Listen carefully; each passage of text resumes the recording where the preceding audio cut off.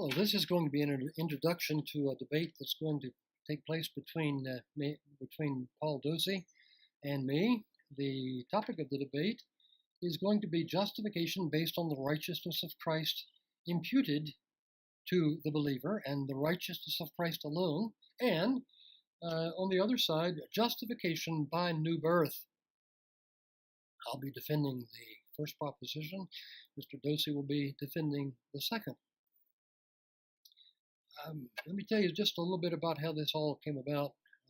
Several years ago, I began to read on Mr. Dohse's blog. The blog is called paulspassingthoughts.com. I'd like you to go there and read and see what Mr. Dohse has to say about these issues. He's written at length on some of these things, and I think you'll see what the issues are in this debate. But he and I have debated over the years. He has blocked me regularly because he didn't like what I was saying to him. And I continue to come back and try to talk to him, and he continues to try to dodge me.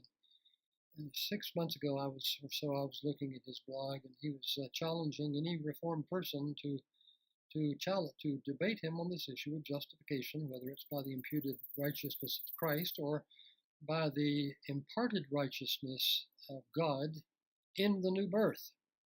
And he had challenged James White to a debate, and was implying that James White was too much of a coward to debate him. And I suspect in this case the rule is fools rush in or angels fear to tread. But I said, sure, I'll debate you. The issue seems like a no-brainer to me. Let's talk about it. And so we began to talk about a debate. And we came up with the subject of the debate, and we began to talk about the format of the debate. And I started talking about rules for the debate and definition of terms and so forth. And Mr. Dohse didn't want any rules for the debate or any definition of terms because he stated it this way: he wanted to be free to misrepresent my views, and it was my duty in the debate to correct all of his misrepresentations. To me, that doesn't seem like a very helpful way to debate. It seems to me that what we're about is trying to clarify issues and not about trying to win a debate. But apparently he's more interested in winning the debate than he is about trying to clarify issues. In the course of the debate, if he answers me, I suspect you're going to hear him quoting John Calvin and other Reformed people out of context and trying to make them say things they never intended to say. And he's going to accuse me of doublespeak because I can't really believe what I claim to believe. Understand that. What I say I believe doesn't mean anything. It's only what he says I believe to him that to him means anything. So, frankly, I don't have a great deal of hope in this debate producing anything hopeful to anyone who follows him. And I suspect that very few people who don't follow him are going to find it very helpful because it's going to be what we have believed all along anyway. But I said I was going to debate him, and so here's the debate. We're going to debate this topic. This is what I trust will be the format. I'm making this opening statement. I'm doing so in 2 15-minute sessions, and I'm going to post that here on my channel. I'm then going to send him the link for that and ask him to give his statement, to which I will link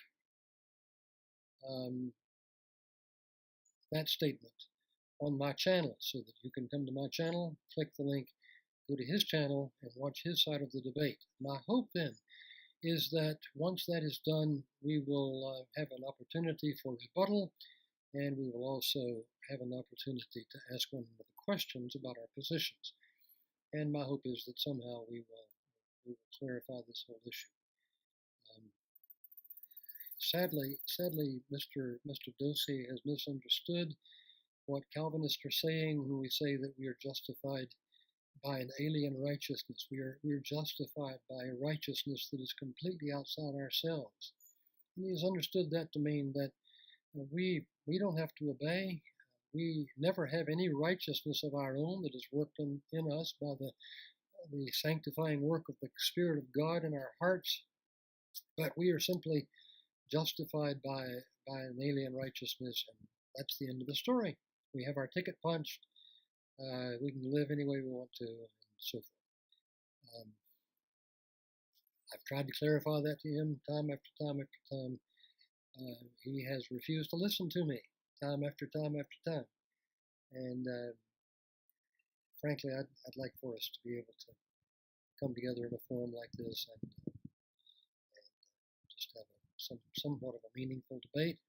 And I hope this will be helpful to you as you see both sides of these issues. Now, what I have done, and it's taken me a little bit longer in the opening statement, I've tried to state his position so that you can know what he says and hear what I'm having to say in answer to it. I sent him a list of 6 questions. Some of them are 2-part questions. He became indignant because I was having the gall to ask him these questions and ask him to give me straight answers on his blog. It was his blog. I had no right to ask him questions like this, and so I didn't get any answers. But let me just tell you what the questions were, and this will help, I think, to clarify what we're debating. Here they are. First question. I said, Mr. Dohse, is it your view that the law is not God's standard for justification? Can you tell me, then, if it isn't, what you believe God's standard for justification is? If the law isn't, what is? And the answer to the question that you will read on his blog is, the new birth is the standard of justification. I don't know what that means, but when he answers me, perhaps he can tell you. I'm not sure. Number 2. Is it your view that it is impossible for a true believer to sin? What you're going to see on his blog is that Andy Young, his comical sidekick and closest confidant, will tell you that believers simply cannot sin. That doesn't mean believers cannot continue to live in sin habitually. We believe that.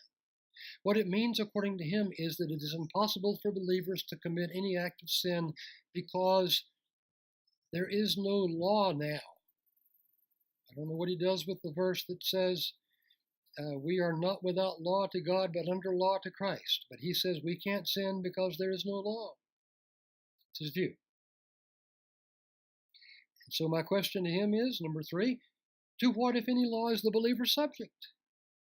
And he refused to answer. Number 4, is it your view that the New Testament scriptures never speak about the righteousness of Christ, but only about the righteousness of God? Is that your view? No answer. Number 5, is it your view that Jesus did not come to fulfill the law, but only to bring the law to an end so that there is no law remaining that will condemn sinners? Is that your view?